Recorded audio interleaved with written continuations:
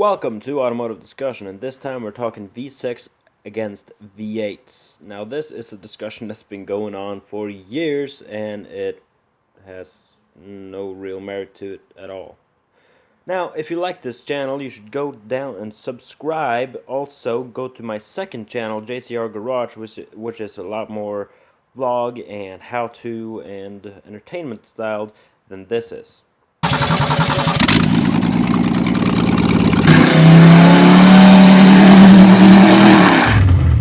Also, I encourage you to comment down below with your opinion on the matter. Also, if you have any other discussions you would like taken up on this channel, leave them down below and I will get to them. Now, back to the case.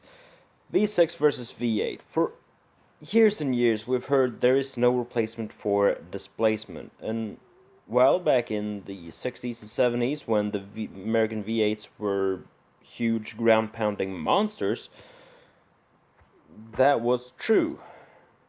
But ever since, we've come up with really good turbochargers, superchargers, nitrous, all of that to improve every engine, really. And that means that the V6 versus V8 conversation is no longer a conversation meant to be had.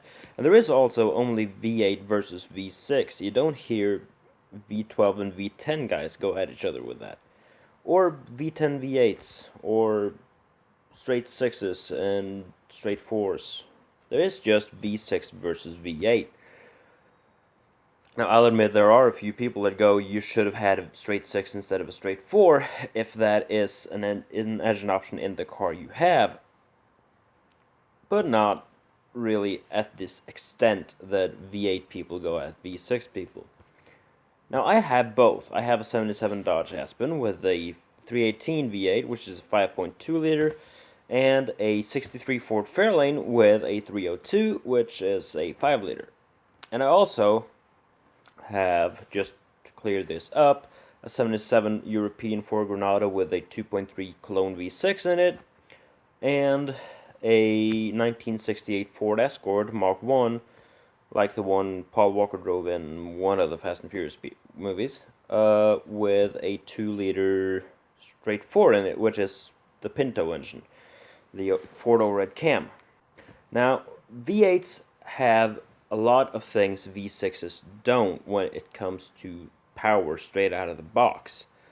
Because a V8 is naturally a torquey engine. It has a lot of torque and it pulls very well down in the rev range. But a V6 doesn't have that much of it. It has some torque down below as well as horsepower up top, but the main difference is the enormous power that you get out of a V8, and that is a lot more than you get in many other engines. Now, one of the main things about the V8 that I've already mentioned is the torque, that it has a lot of pulling power from down below. The only thing that matches it, really, is an electric engine, which has all of the torque from 0 RPM up. But a V8, you usually have to get it up to about 2,500–3,000 RPM before it hits peak torque. Now, in a V6, peak torque will be a bit higher and won't be as much, but the V6 is a lot lighter than the V8. Now, a V8 would be good in a drag car or as a diesel engine in a truck to have a lot of pulling power to pull the stuff you want to have pulled. And a V6 is an okay engine for, well, if you turbocharge them, you can have, like the Audi 2.8 bi-turbo that you got in the A4s and, well, the S4s, B5s, etc. Those engines get a lot of horsepower. They move really quickly when they're in the right car. And what I mean by the right car is that it's not a big, heavy monster, essentially. And another thing on that same thing is that the whole V8 versus V6 thing seems to be an American thing when you go at what engine to buy.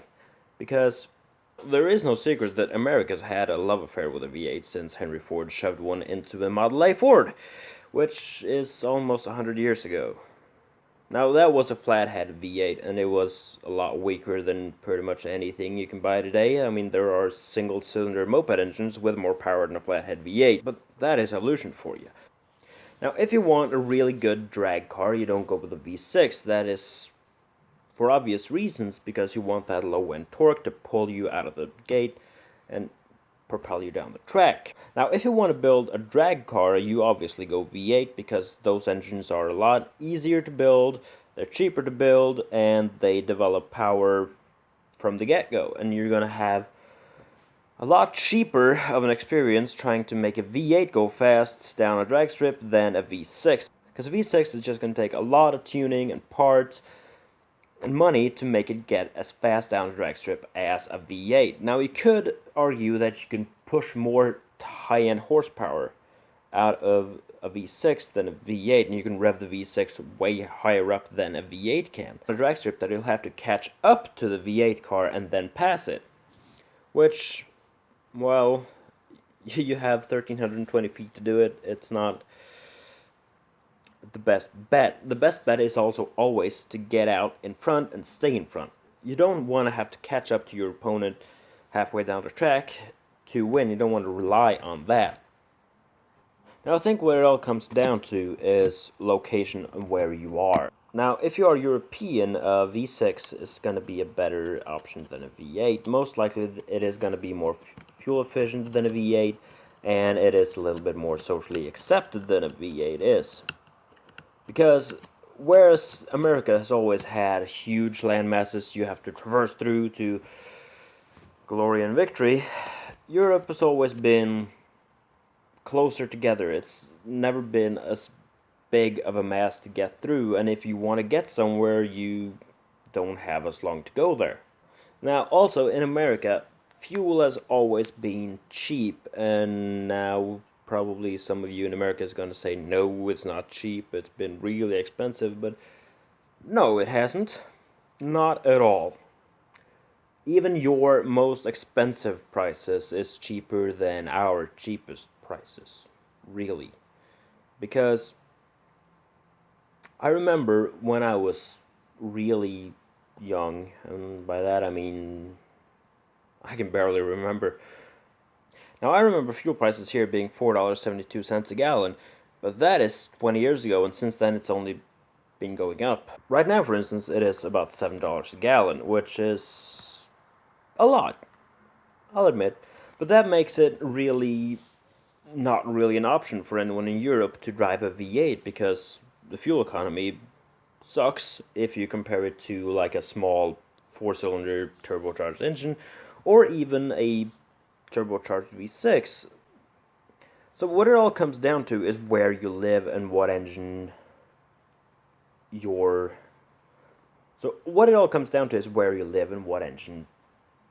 environment really lets you have.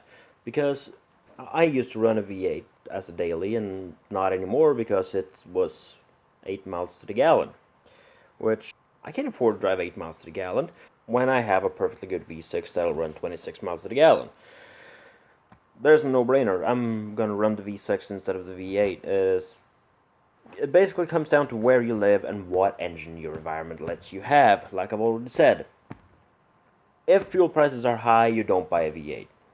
It's not gonna perform as well in fuel economy as a V6 is gonna do. Now, you can make a V8 go really fuel efficient. I know, because my dad has a 66 Ford Falcon with a 302 in it. It runs 26 miles per gallon with a trailer in tow. But it's not a powerful engine. It is, I think that engine is out of a 72 Ford Torino. It has 30 horsepower and something torque. It's not a powerful engine. It pulls that car really nicely, but that car also has the gearing to match. It has, in third, which is 1-to-1 in the transmission, it has 1800 RPM at 50 miles an hour. That's not a lot. It's barely idling. So that car is really fuel efficient. So, well, to get to my point here, V6 versus V8, it all comes down to where you live and what you can afford to run. If you want fuel economy, buy V6. If you want power and you don't care about fuel economy, buy V8. It comes down to personal preference. It doesn't really matter what your neighbor drives. If you have a V8 Camaro and your neighbor has a V6 Camaro, maybe you have more money. In the end, like I've said so many times already, it comes down to where you're from, where you live, what your environment around you lets you have. Fuel price is too high, don't drive a V8. You don't need a lot of power, don't drive a V8. You want a car that's light and you can take through turns, V6. But then again, who am I to say that? Because I have both. I enjoy both. I actually don't really enjoy both. Well, I have both, so I'm not really one to tell you what to drive and not to drive, because the V6 and the Granada is coming out because I'm putting in 302. Basically, just because I want the power and I don't care about fuel cost. And a 2.3 V6, I'm going to have to spend too much money on it to make as much power as I can out of a stock 302. Now, that's what it all comes down to. And with that, I say thank you very much for watching. This is the first video I'm making on this channel in this format, so leave your comments down below. Tell me what we should dive into next. Tell me how I can improve this, because I know this is probably going to have a lot of edits in it. And also go check out JCR Garage. The link for JCR Garage is up there and also down in the description, and you should go check that out. And I'll be back later with a new discussion for you.